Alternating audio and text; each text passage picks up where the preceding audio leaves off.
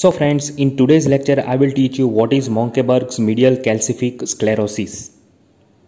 So this is our today's topic of discussion. So friends, it is one of the form of vessel hardening.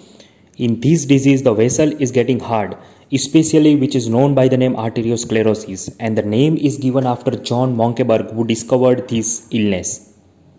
So it's a arteriosclerosis. Alright. Now, before understanding this Monckeberg medial calcific sclerosis, you need to know which are the structure of artery. So the artery is made up of three structure. The inner layer of the artery is known by the name tunica intima, which is lined by endothelium. The middle layer is tunica media, which is made up of smooth muscle layer. And outer layer is tunica externa. Now, in the Monckeberg medial calcific sclerosis, there will be deposition of the calcium in the middle layer, which is a smooth muscle layer. So, calcium get deposited in tunica media. It is a smooth muscle layer. So, that is the definition of Monckeberg calcific sclerosis. Alright.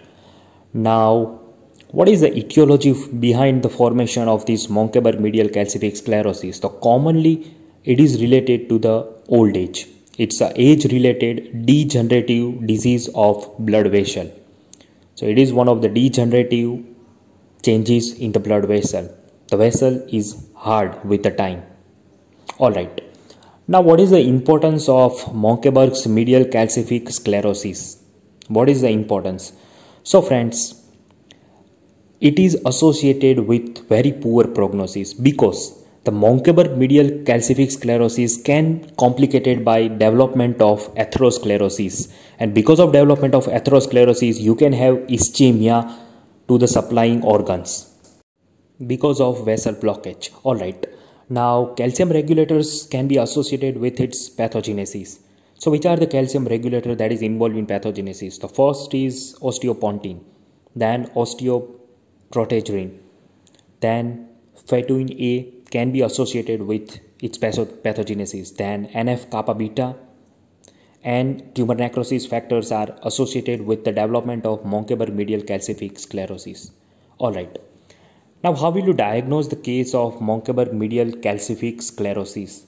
So there are various modes of diagnosis like that of X-ray, then mammography, then histopathology, and finally ankle brachial blood pressure index. If it is more than 1.3 to 1.5, then it is diagnostic of calcification within the artery. Now friends, Monckeberg's medial calcific sclerosis is associated with certain diseases like that of systemic lupus erythematosus, then diabetes and chronic kidney disease. So such type of disease can be associated with Monckeberg calcification.